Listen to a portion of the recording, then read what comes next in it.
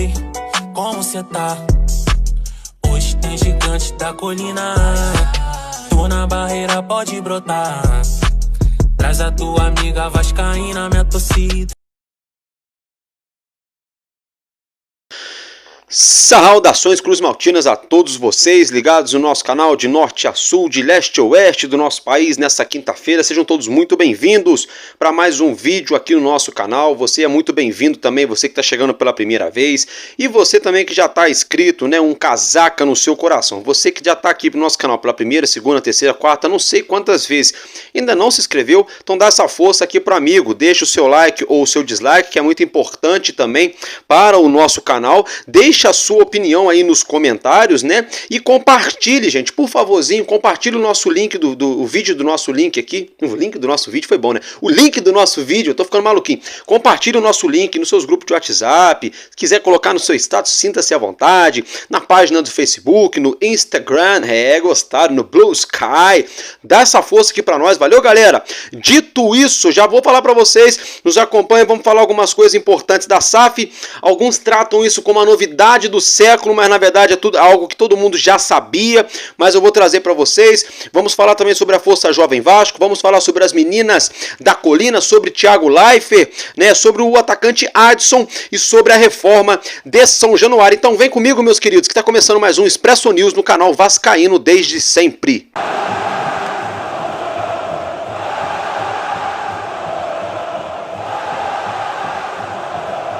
Bom, direto e reto, adentrando ao que nos interessa, quero começar a falar com vocês das meninas da colina, tá, gente? Isso mesmo, o nosso plantel, as nossas meninas terminam os preparativos nessa sexta-feira, no caso, amanhã, para o jogo desse próximo sábado, né? A gente já começou o campeonato feminino, o campeonato carioca da categoria da temporada 2024. As nossas meninas estrearam na primeira rodada diante os Pérolas Negras e acabaram empatando num placar ali que não saiu do zero. Isso mesmo, 0-0. Fato é que nesse próximo sábado, às 3 horas da tarde, na Baixada Fluminense, no estádio Nivaldo Pereira, em Nova Iguaçu, o nosso gigante da colina, as meninas da nossa colina vão enfrentar a equipe do Resende, isso mesmo, aqui da minha cidade, né? Isso mesmo, Vasco da Gama e Resende, pela segunda rodada do Campeonato Carioca Feminino 2024. As meninas que treinaram nessa quinta-feira finalizam os preparativos nessa sexta-feira e depois é concentração, chinelinho, foco total, porque no sábado, 3 da tarde, só para reiterar, no Nivaldo Pereira, em Nova Iguaçu, Vasco da Gama e Resende, tá, gente? Só para ficar ressalva, essa partida será transmitida através da Vasco TV aqui no YouTube. Meus amigos, deixa eu falar com vocês agora sobre a Força Jovem Vasco, né? O presidente da nossa Força Jovem, o Fabinho, eu que tive a oportunidade de conhecê-lo, um cara bastante humilde, um cara bem tranquilo, né? Muita gente pinta um caos aí em relação à organizada. Conheci o Fabinho pessoalmente a última vez que estive em São Januário. Achei ele um cara bem centrado, humilde, um cara de povão, fala com todo mundo, gente boa. Ele teve no canal Mário Coelho, né? E aí a rapaziada perguntou pra ele: "E aí, Fabinho, o que você acha de treino aberto, treino fechado e coisa e tal?"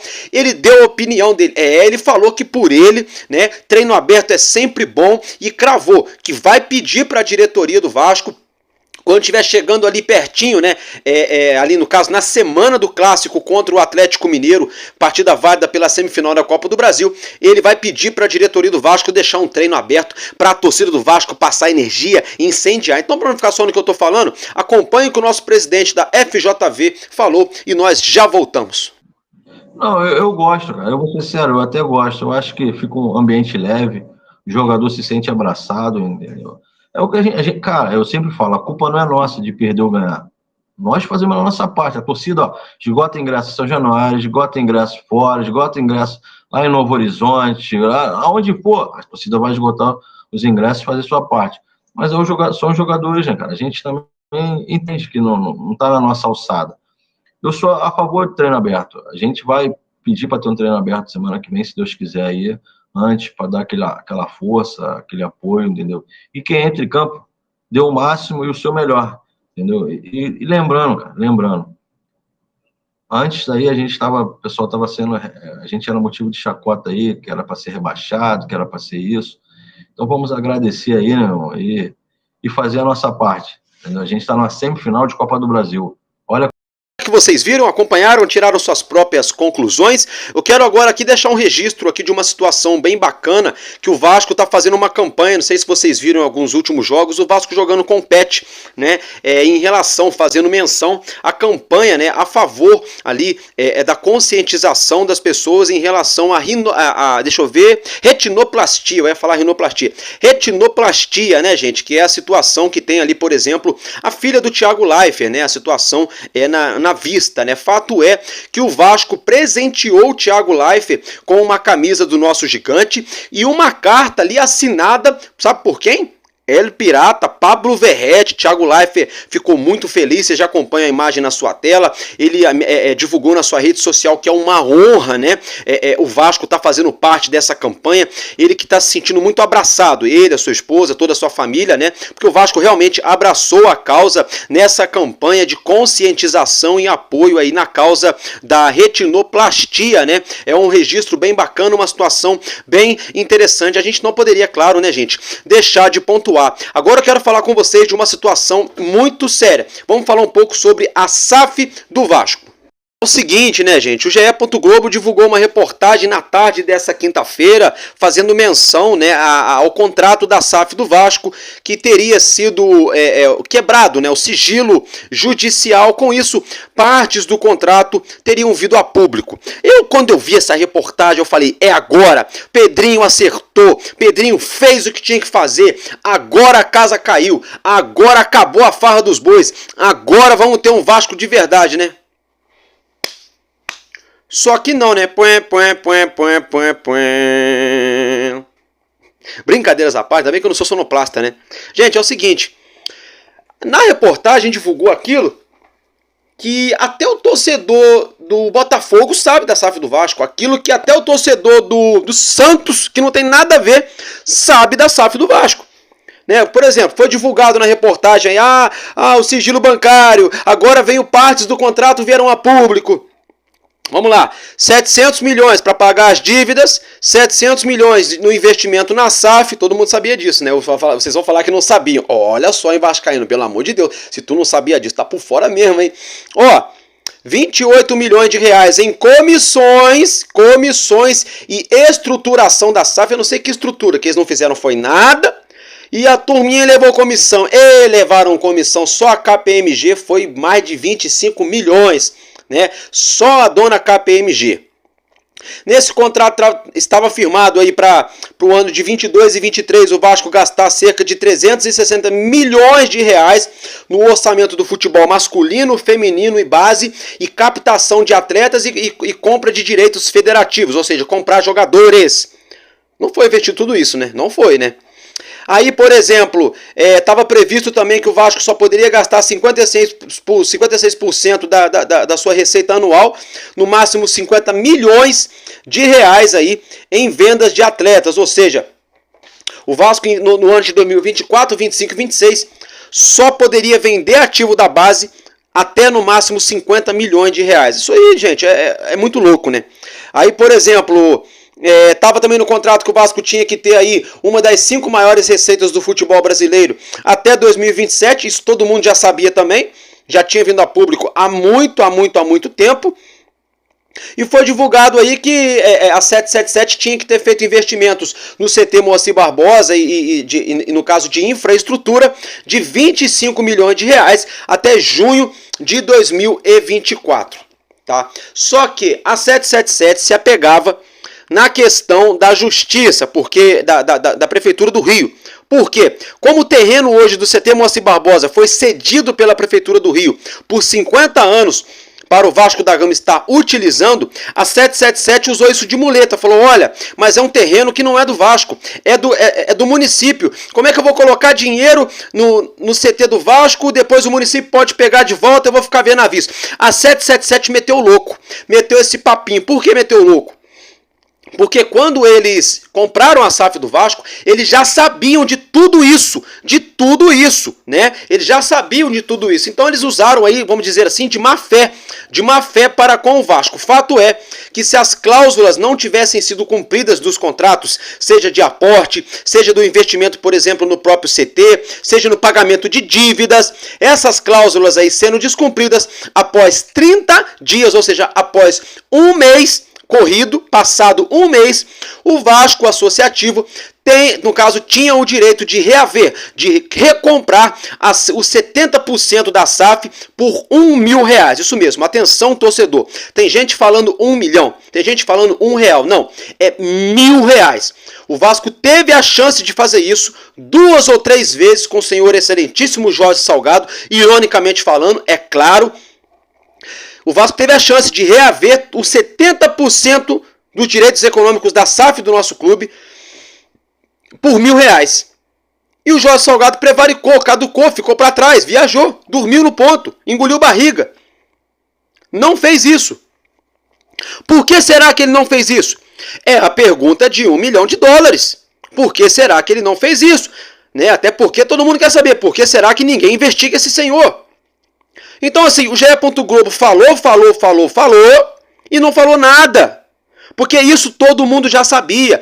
Essa cláusula de R$1.000, o investimento de até R$25 milhões no CT até junho desse ano, os R$28 milhões de comissão, 700 milhões para as dívidas, 700 milhões para investimento no futebol, 360 milhões para 22 e 23 para o masculino, feminino, base e compra de jogadores.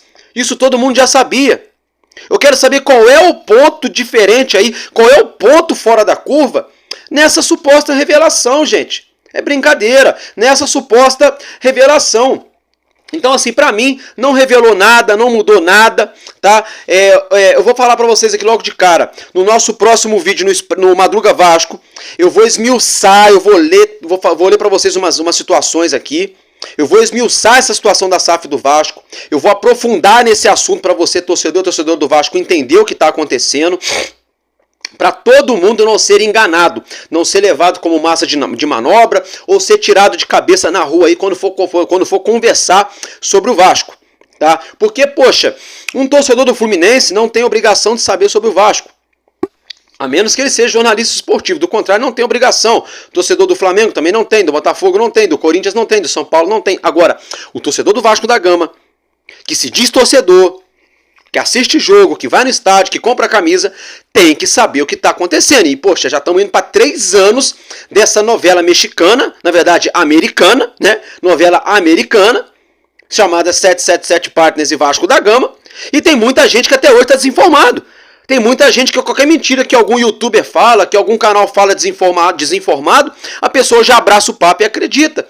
Então eu vou trazer isso mais tarde para vocês, ou mais cedo, né? Que na nossa próxima edição do Madruga Vasco. Prometo que eu vou debruçar em cima desse assunto. A gente vai falar muito sobre isso. Já vou deixando a deixa para vocês aí.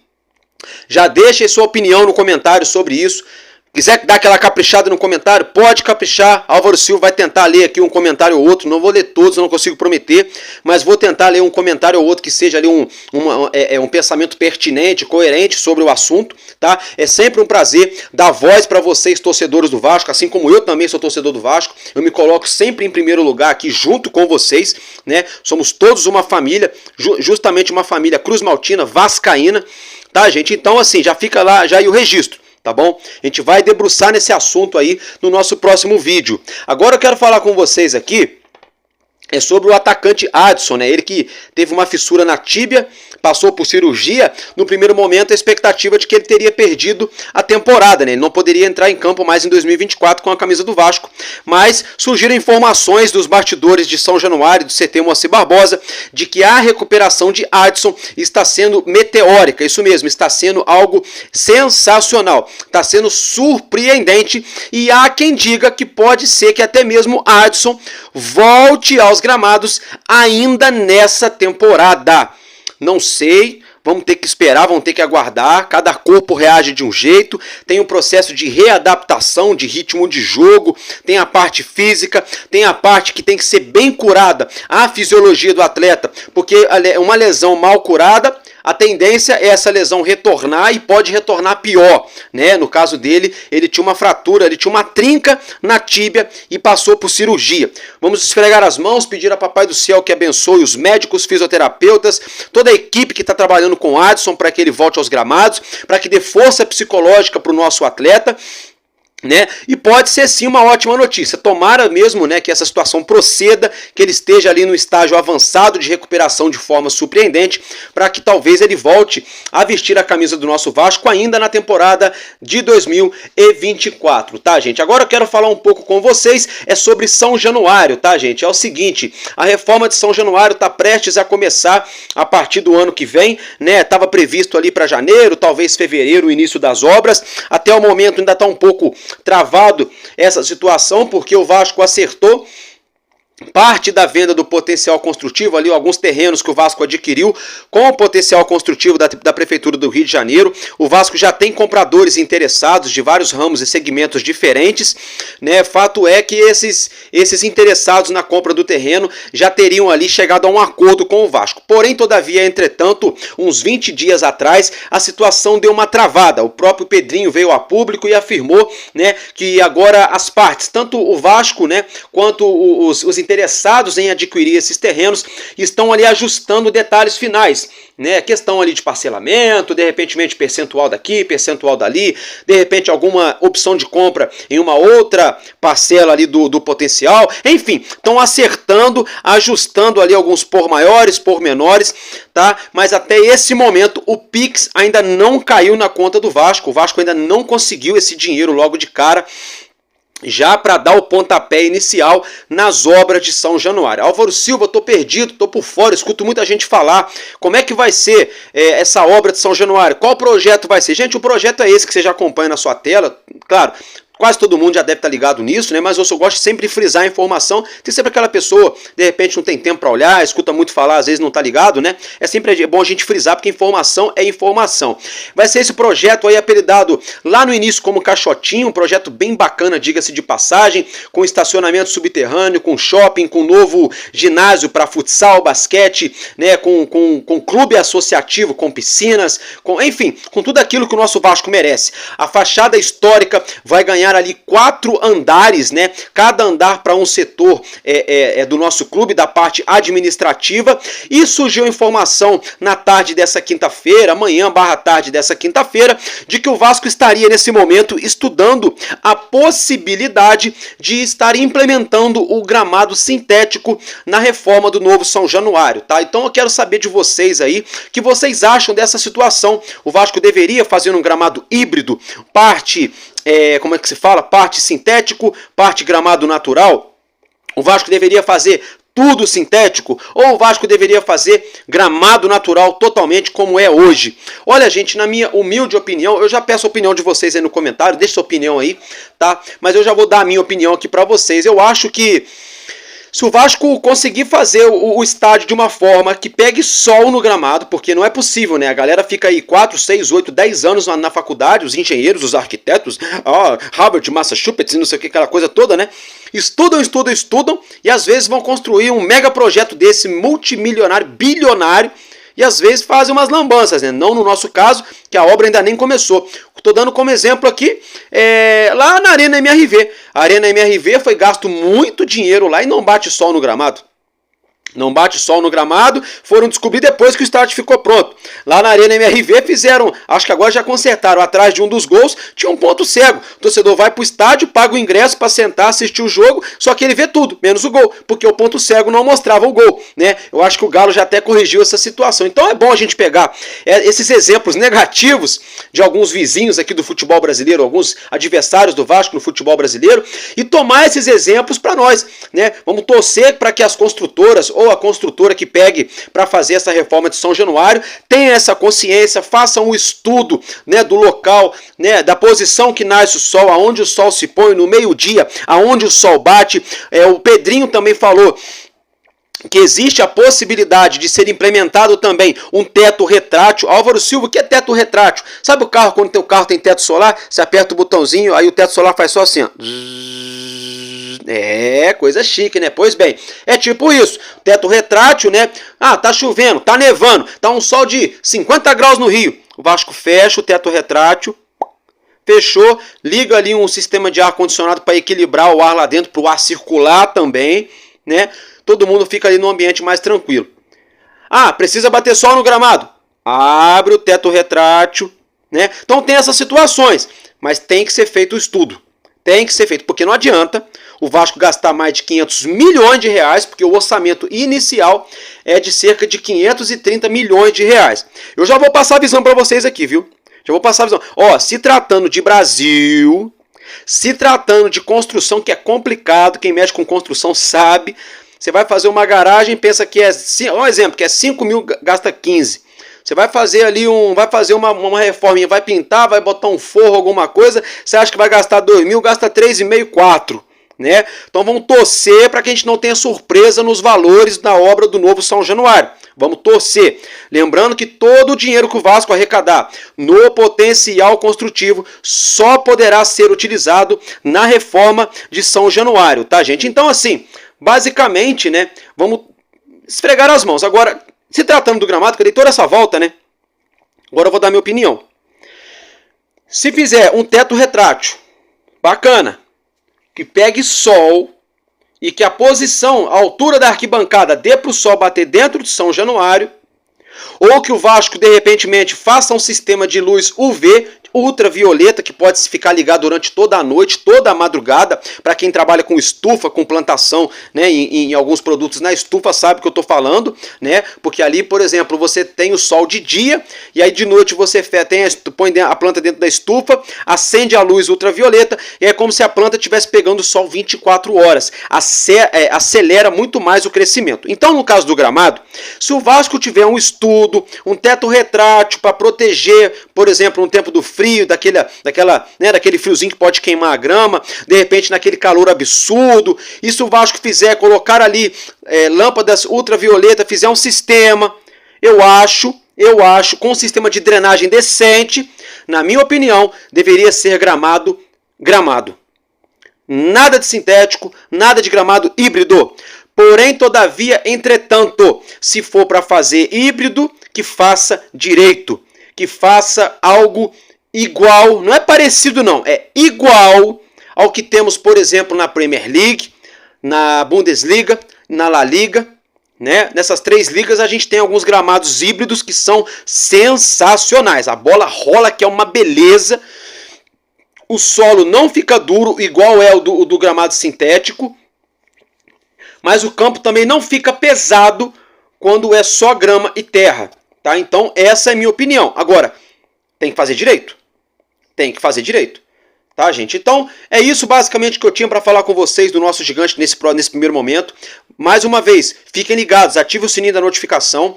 Mais tarde, aí no nosso Madruga Vasco, eu vou trazer outros assuntos. Esses assuntos que eu falei para vocês aí da SAF do Vasco, até do próprio São Januário, a gente vai abordar com mais profundidade para você, torcedor e torcedora do Vasco, ficar por dentro de tudo. Valeu, meus amigos? Tamo junto e eu fico por aqui, porque enquanto houver um coração infantil, o nosso Vasco da Gama será imortal, vascaíno desde sempre. Valeu e é nóis, Vasco!